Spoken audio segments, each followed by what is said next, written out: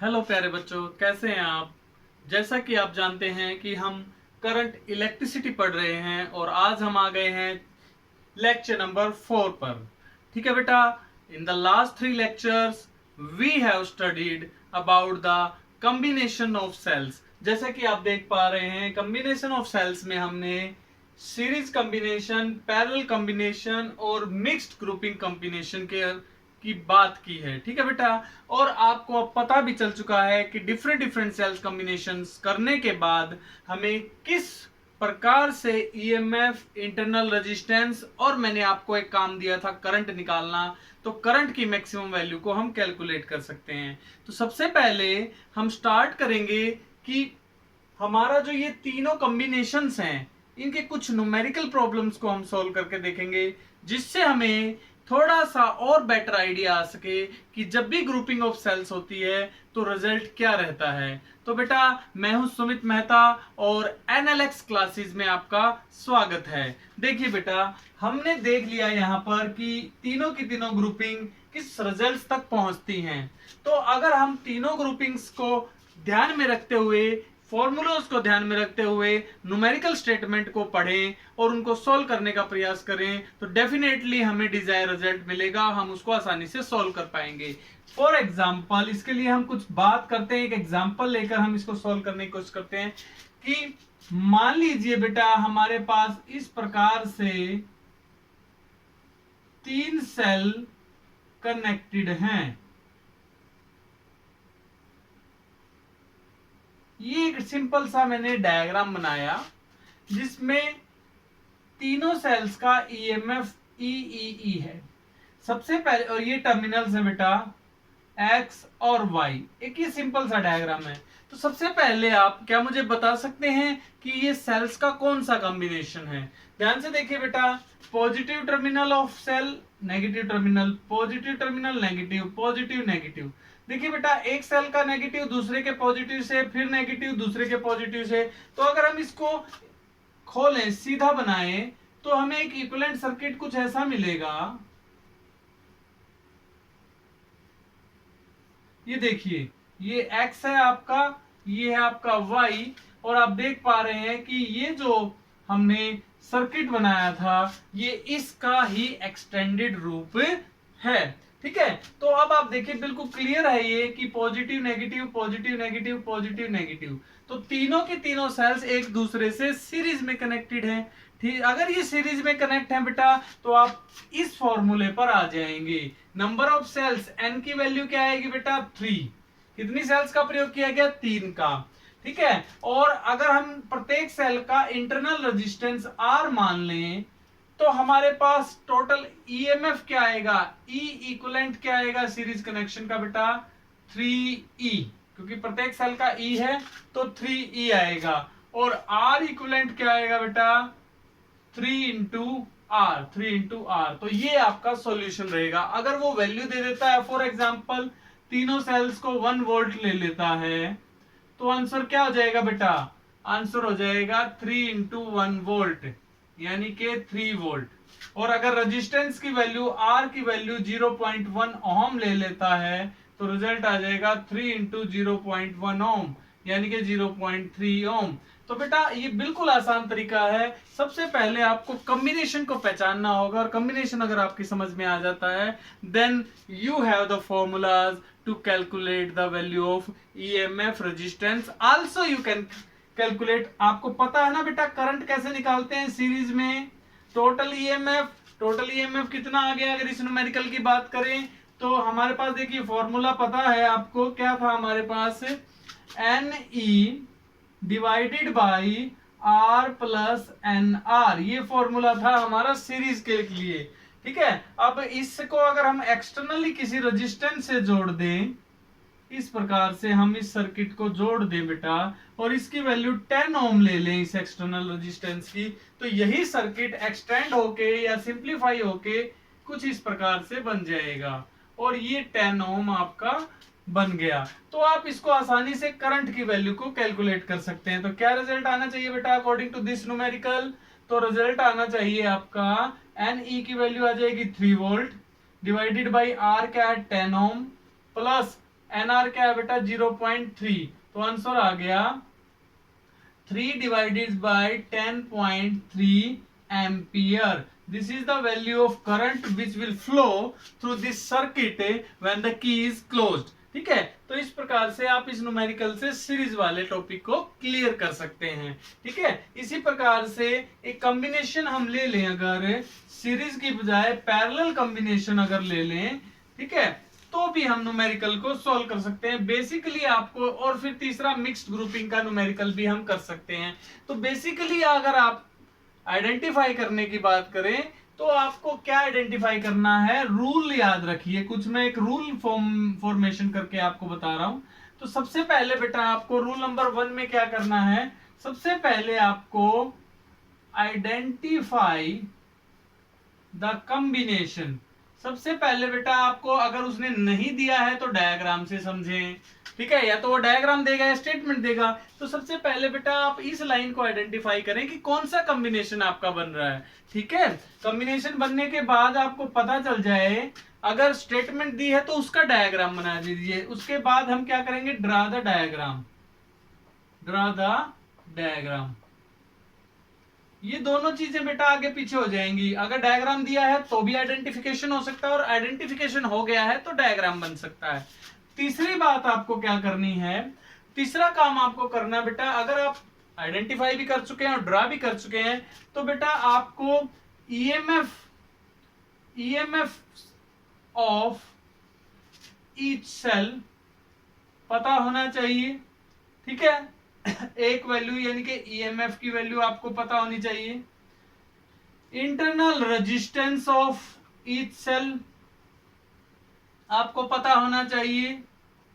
ठीक है, और इसके अलावा आपको नंबर ऑफ सेल्स का भी पता होना चाहिए। यानी कि जब आप सर्किट बना लेते हैं तो बेटा आप इन तीन चीजों को ढूंढेंगे कि ईएमएफ ऑफ सेल कितना है, हर एक सेल का अलग अलग है तो अलग अलग पता होना चाहिए, आइडेंटिकल है तो एक ही होगा, ऐसे ही आर का मान और ऐसे ही नंबर ऑफ सेल्स का पता होना चाहिए। जब आपको इतना पता लग जाए तो उसके बाद वो आपसे क्या पूछ सकता है, उसके बाद वो आपसे दो बातें पूछ सकता है बेटा। फॉर्मूले में दो ही बातें बचती हैं, या तो वो आपसे पूछेगा कि इस कॉम्बिनेशन का current through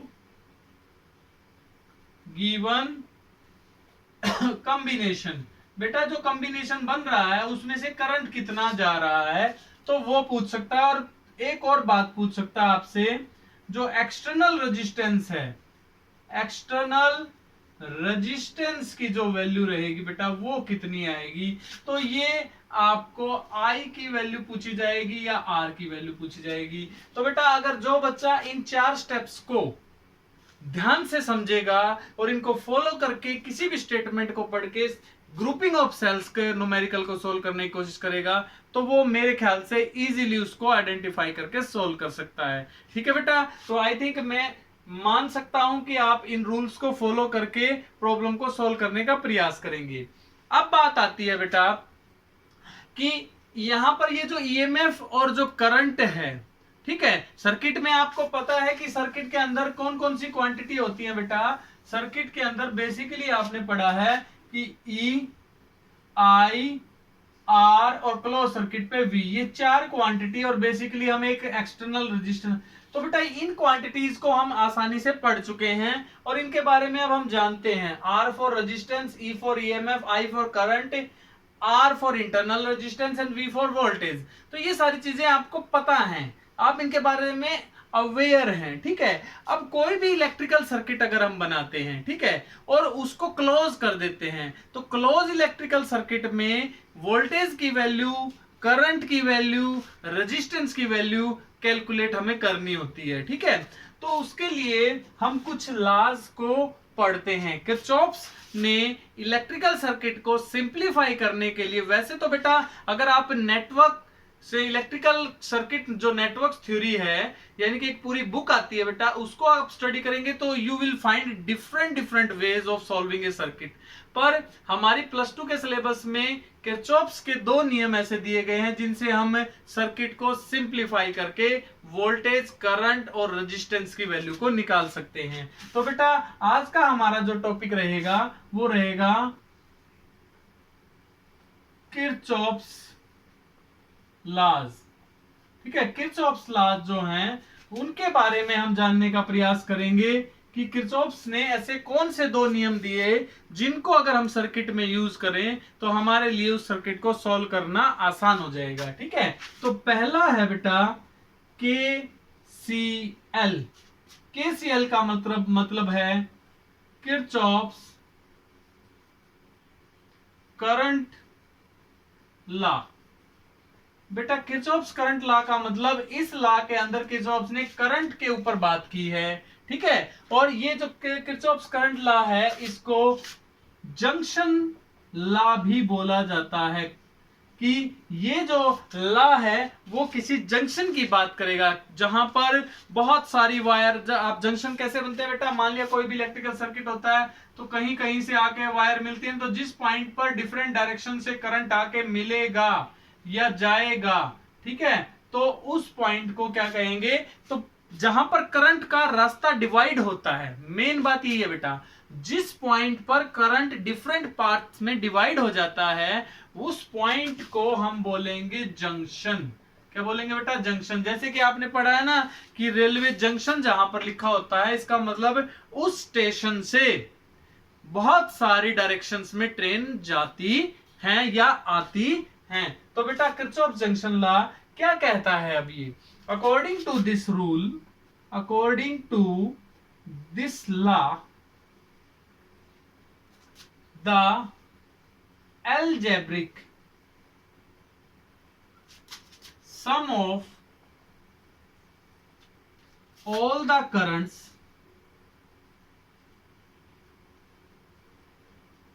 meeting at a junction, junction क्या है बेटा, एक पॉइंट होगा, पॉइंट इज ऑलवेज जीरो।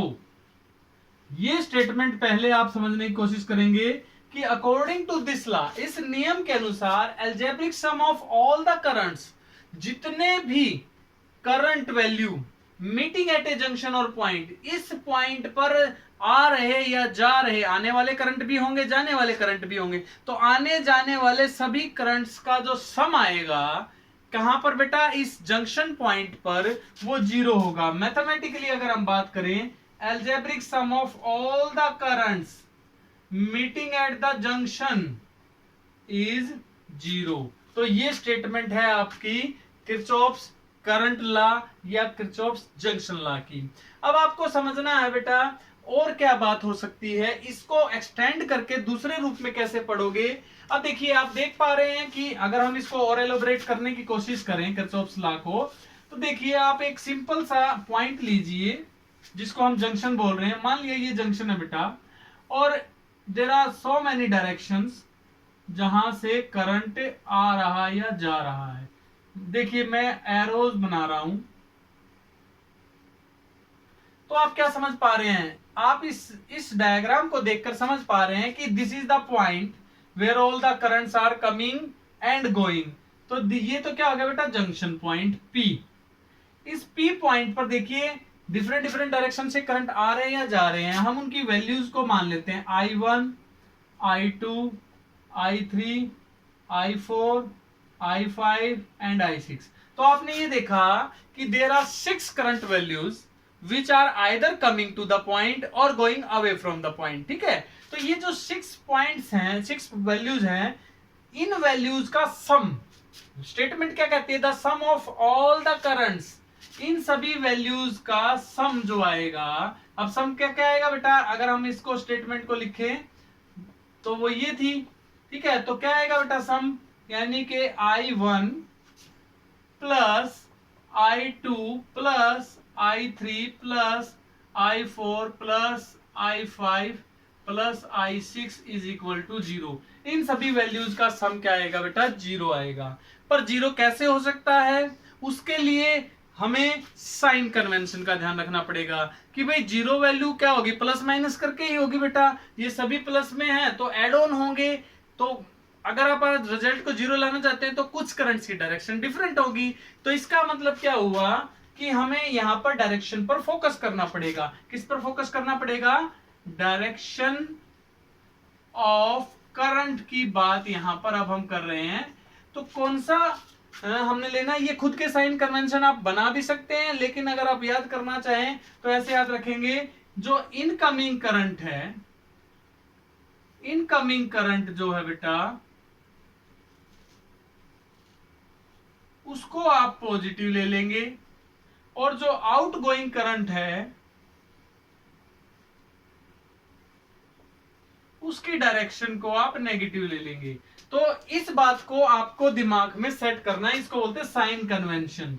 ठीक है, निशान का आपको ध्यान रखना है। तो इसके अकॉर्डिंगली अगर ये रूल अगर हम लगाएं तो क्या बनेगा बेटा? इनकमिंग कौन कौन सा है? I1, I2, I4। तो I1 plus I2 plus I4, incoming currents का सम विल बी इक्वल टू, क्योंकि जीरो तो तभी आ सकता है कि जितना करंट आ रहा है उतना ही करंट जाना चाहिए। तो इसका मतलब I1 plus I2 plus I4 will be equal to I3 plus I5 plus I6। तो इसका मतलब क्या हो गया? Total current coming in, current coming in is equal to current going out। क्या बेटा? जितना अंदर आ रहा है उतना ही करंट बाहर जा रहा है। क्लियर होगी बात? तो ये स्टेटमेंट भी बन सकती है किसकी बेटा? KCL की। KCL की दूसरी स्टेटमेंट क्या हो गई?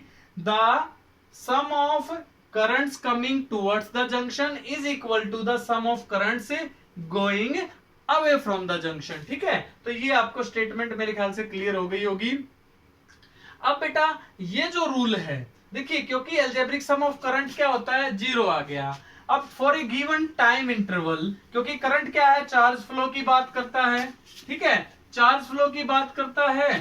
तो अगर हम बात करें जैसे I1 plus I2 plus I4, हमारी जो अभी स्टेटमेंट आई थी वो ये आई थी कि I1 plus I2 plus I4 is equal to I3 plus I5 plus I6।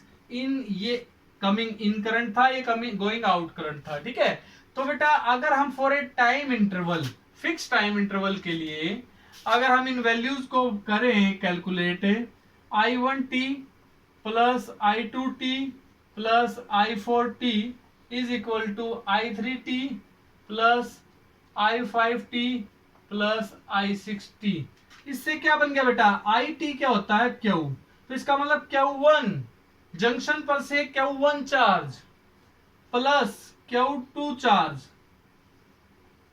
Plus Q4 charge, the sum of Q1 plus Q2 plus Q4 is equal to क्या आ गया? Q3 plus Q5 plus Q6। और ये क्या है बेटा? ये बन गया आपका चार्ज कमिंग टुवर्ड्स जंक्शन। ये जंक्शन की तरफ आने वाला चार्ज था, अंदर की तरफ करंट आ रहा था, और ये किसके बराबर आएगा? Charge going away from junction. तो बेटा जितना चार्ज जंक्शन की तरफ आ रहा है उतना ही चार्ज जंक्शन से दूर जा रहा है। तो इसका मतलब दिस इज, यानी कि जंक्शन पर सम ऑफ टोटल चार्ज, अगर हम टोटल चार्ज का सम की बात करें तो जंक्शन पर क्या आएगा बेटा? That will be equal to zero, क्योंकि जितना अंदर आ रहा है टुवर्ड द जंक्शन उतना ही जा रहा है। तो इसलिए एक नंबर का क्वेश्चन आ सकता है कि किरचॉफ्स करंट लॉ को हम law of conservation of charge भी कहते हैं, या ये जो लॉ है law of conservation of charge को डिफाइन करता है। तो KCL describe law of conservation of electric charge. ये आपको क्लियर हो जाना चाहिए। ठीक है, KCL के बारे में कि क्या ये बताएगा। ठीक है। और जो जो law of conservation of charge को एक जंक्शन पॉइंट पर डिफाइन कर रहा है, इसीलिए that point will neither act as a source nor act as a sink. इसका मतलब जो जंक्शन पॉइंट है, junction point will neither act as a source nor as a sink, यानी कि ना तो वो सोर्स की तरह बिहेव करेगा ना वो सिंक की तरह बिहेव करेगा। आपको याद रखना है, ठीक है। क्लोज लूप के अंदर ऐसा होता है। तो पहला नियम आपको मेरे ख्याल से क्लियर हो गया होगा कि KCL Kirchhoff's current law actually में करंट्स के बारे में बताता है, ठीक है। तो वो कैसे सर्किट को इसका फायदा क्या होगा, इससे हम करंट वैल्यूज को कैलकुलेट कर सकते हैं, ठीक है। दूसरा लॉ है हमारा, करंट आप कैलकुलेट कर चुके हैं, दूसरा है KVL। इसका नाम है बेटा किरचॉफ्स वोल्टेज लॉ। ये वोल्टेज देखो, उसके नाम से पता चल गया था, उसमें करंट की बात की थी हमने। यहां पर किरचॉफ्स वोल्टेज लॉ है तो वोल्टेज की बात करेंगे। इसको हम लूप लॉ भी बोलते हैं, लूप लॉ। यानी कि जब हम सर्किट को सॉल्व करेंगे तो हम एक क्लोज लूप बनाएंगे, ठीक है, एक कंप्लीट साइकिल बनाएंगे, और उस साइकिल में जितनी भी वोल्टेज ड्रॉप आएंगी, ठीक है। तो वोल्टेज दो प्रकार की होती हैं, एक तो वो वोल्टेज ड्रॉप जो किसी एलिमेंट के थ्रू होती है, जैसे कि रेजिस्टेंस, कैपेसिटर, इंडक्टर में से जब करंट पास होता है तो जो वोल्टेज ड्रॉप होती है, ठीक है। और एक सोर्स, यानी कि जो वोल्टेज होती है हमारी बेटा, वो दो प्रकार की हम लेंगे। एक तो किसकी फॉर्म में, सोर्स वोल्टेज की फॉर्म में। कौन सी फॉर्म में बेटा, सोर्स वोल्टेज की फॉर्म में, जिसको हम EMF भी बोलते हैं। E की फॉर्म में जो ली जाएंगी वो हमारी होंगी सोर्स वोल्टेज, और दूसरी होती है बेटा ड्रॉप वोल्टेज। ड्रॉप वोल्टेज जो किसी एलिमेंट के थ्रू करंट पास होने से बनती हैं, इसको हम पोटेंशियल डिफरेंस भी बेसिकली बोलते हैं। तो पोटेंशियल डिफरेंस फॉर्म में हमारे पास होंगी, तो वो किसकी फॉर्म में होंगी बेटा, V की फॉर्म में होंगी, ठीक है। तो यहां पर हम दो प्रकार की वोल्टेज की बात कर रहे हैं, one is the source voltage and one is the drop through any element of the electrical circuit, ठीक है। तो ये लॉ क्या कहता है, अब हमें इस लॉ के बारे में जानना है। अकॉर्डिंग टू KVL के अकॉर्डिंग द अलजेब्रिक सम, ये बात भी आपको याद रखनी है, algebraic sum of all the voltages, ठीक है, थ्रू एनी क्लोज लूप, किसी क्लोज लूप के थ्रू जितनी भी वोल्टेजेस हैं बेटा, इज ऑलवेज जीरो।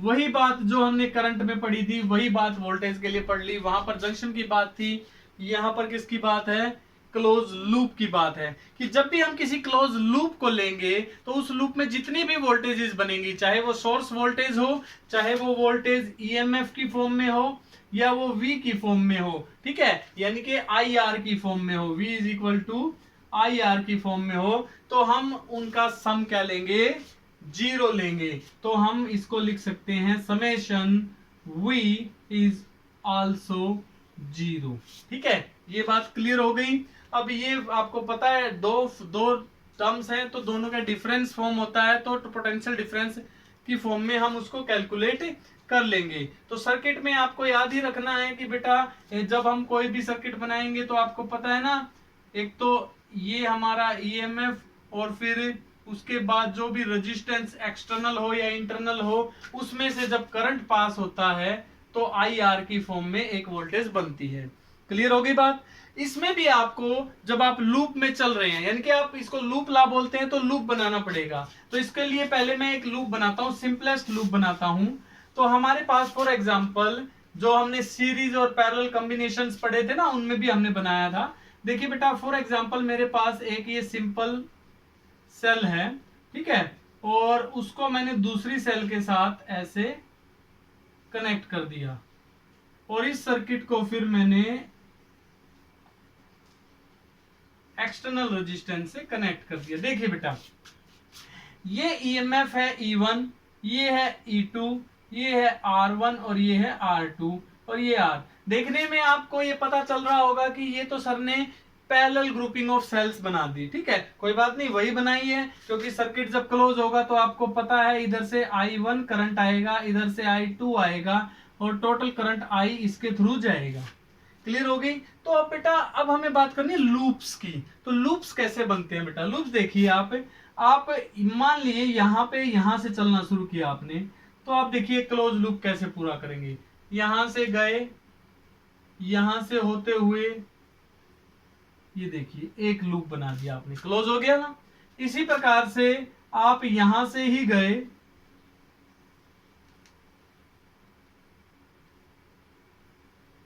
यहां से आके एक लूप बना दिया। This is your loop number 1, this is your loop number 2। Clear होगी बात? तो मेन मकसद है सबसे पहले, अब इसके अंदर इस प्रकार के सर्किट में आपको केवीएल लगाने से पहले लूप को डिफाइन करना है।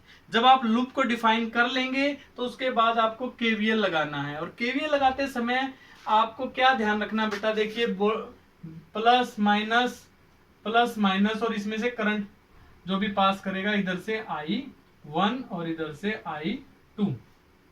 तो साइन कन्वेंशन आपको याद रखने हैं। लूप को आइडेंटिफाई करने के बाद साइन कन्वेंशन आपको याद रखने हैं। क्या साइन कन्वेंशन रहेंगे बेटा?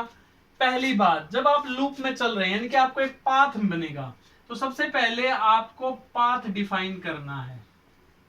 पाथ डिफाइन कीजिए, लूप का पाथ डिफाइन कीजिए आप। ठीक है, उसके बाद जब आप उस पाथ में चलेंगे तो when you are facing, while moving in a path, when you are facing an EMF, जब आप पाथ में चल रहे हैं और आपके सामने EMF आ गया, और EMF में आप देखोगे कि अगर आप पॉजिटिव से नेगेटिव टर्मिनल की तरफ जा रहे हैं, हाई से लो पोटेंशियल की तरफ जा रहे हैं, ठीक है, तो आप EMF को, पोटेंशियल ड्रॉप हो रही है बेटा, तो आप EMF की वैल्यू नेगेटिव लेंगे।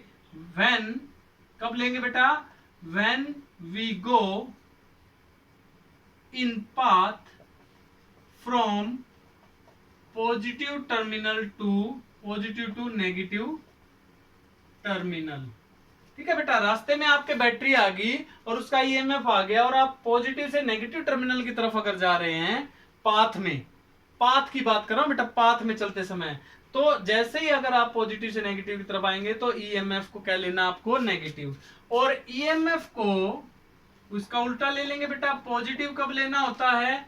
जब आप नेगेटिव टू पॉजिटिव, यानी कि लो से हाई पोटेंशियल बढ़ गई है। तो जब पोटेंशियल बढ़ती है, इसका मतलब क्या है? जब आप इंक्रीजिंग पोटेंशियल की तरफ जाएंगे, नेगेटिव टर्मिनल से पॉजिटिव टर्मिनल की तरफ, तो आपको ईएमएफ को पॉजिटिव लेना है लूप में, और आप डिक्रीजिंग पोटेंशियल की तरफ जाएंगे तो आपको ईएमएफ को नेगेटिव लेना है। क्लियर हो गई बात? ठीक है, दूसरी बात आती है अब करंट की। करंट जब रेजिस्टेंस में से पास होता है तो ओम्स लॉ लगता है बेटा, और V इज इक्वल टू क्या होता है? IR। क्लियर होगी बात? अब बेटा, इसमें IR पॉजिटिव और नेगेटिव कब होगा? जब आप पाथ, जो करंट की डायरेक्शन है और पाथ की डायरेक्शन है, दोनों सेम है। क्या बात कर रहा हूं बेटा मैं? अब मैं ये कह रहा हूं, if the direction of current and path, path तो डिफाइन पहले ही हो चुका है बेटा। दूसरी बात के बाद तीसरी बात क्या निकल के आई? If direction of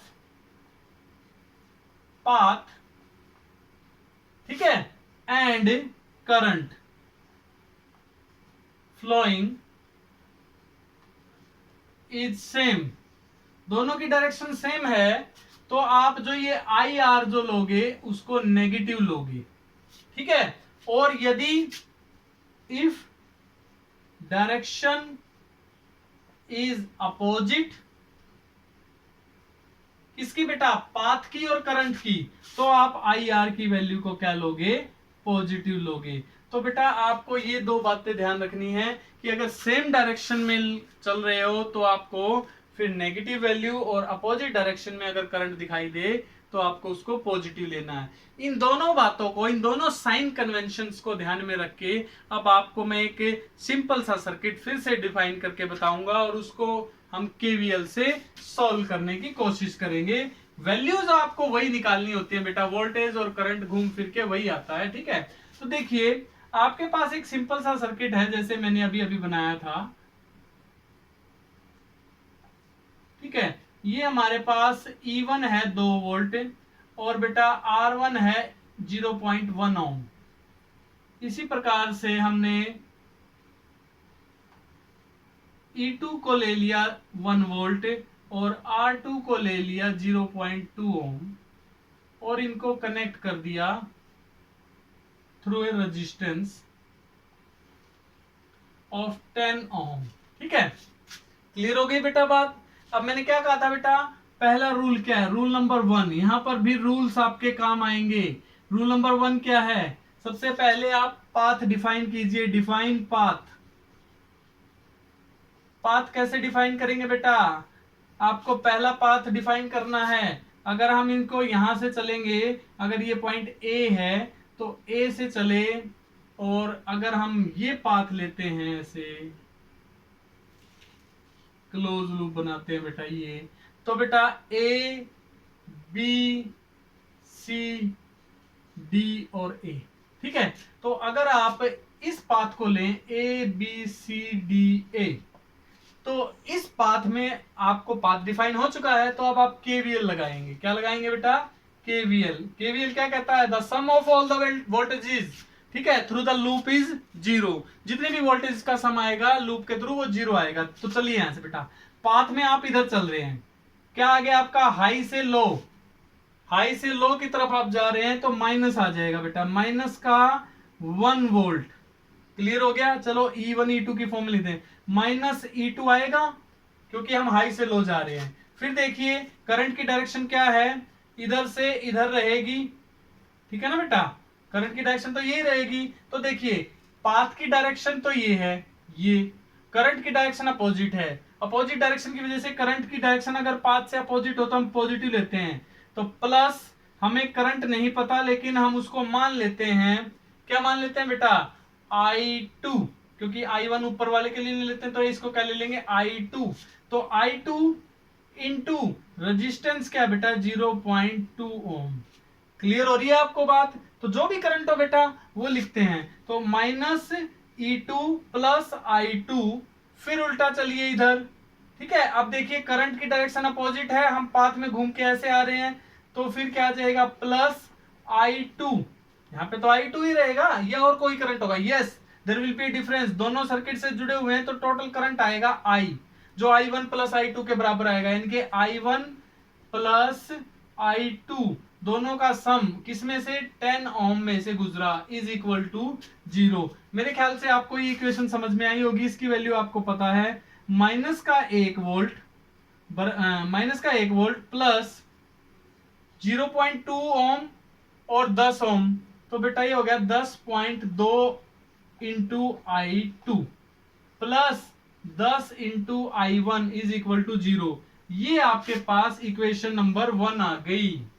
first path के लिए, पहला पाथ जो आपने डिफाइन किया था उसके लिए आपके पास एक इक्वेशन आ गई। क्लियर हो गई। अब दूसरा पाथ लीजिए। दूसरे पाथ में भी हम ऐसे ही चल पड़ते हैं बेटा। दूसरे पाथ में हम थोड़ा सा डिफाइन कर देता हूं मैं पाथ को। कैसे चलेंगे बेटा, यहां से गए, अब हम इस प्रकार से गए हैं और ये लूप फॉलो किया है, तो सिमिलरली दूसरा पाथ आएगा। दूसरे पाथ में रिजल्ट आप खुद बताइए। देखिए आप क्या लिखोगे, माइनस E1, यहां से आप गए ना, E1 आ गया, हायर से लोअर की तरफ जा रहे हैं तो माइनस, ठीक है, प्लस, देखिए अपोजिट डायरेक्शन है बेटा, प्लस I1 इंटू 0.1। क्लियर हो गया। उसके बाद ये वाली डायरेक्शन यानी कि plus I1 plus I2 into 10 ohm is equal to 0। ये कितना था बेटा आपका, 2 वोल्ट, तो माइनस के 2 volt plus 10.1 into I1 plus 10 into I2 is equal to 0।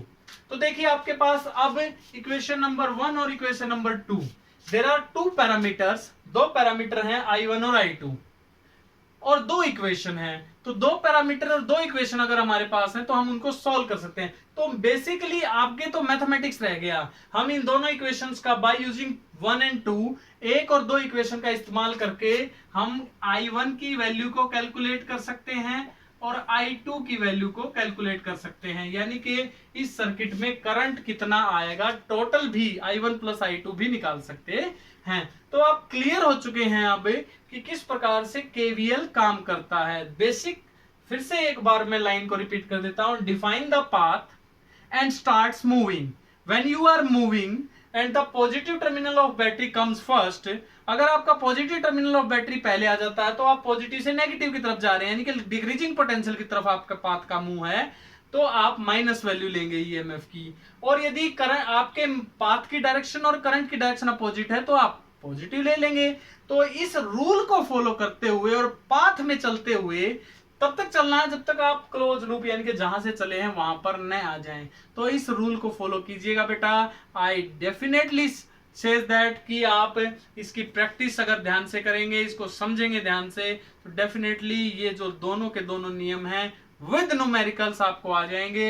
और इसके आने के बाद कोई भी आपसे आपके 3 जो नंबर हैं पेपर के अंदर वो नहीं छीन सकता। तो बेटा आई होप कि आप इसको अच्छे से प्रिपेयर करेंगे।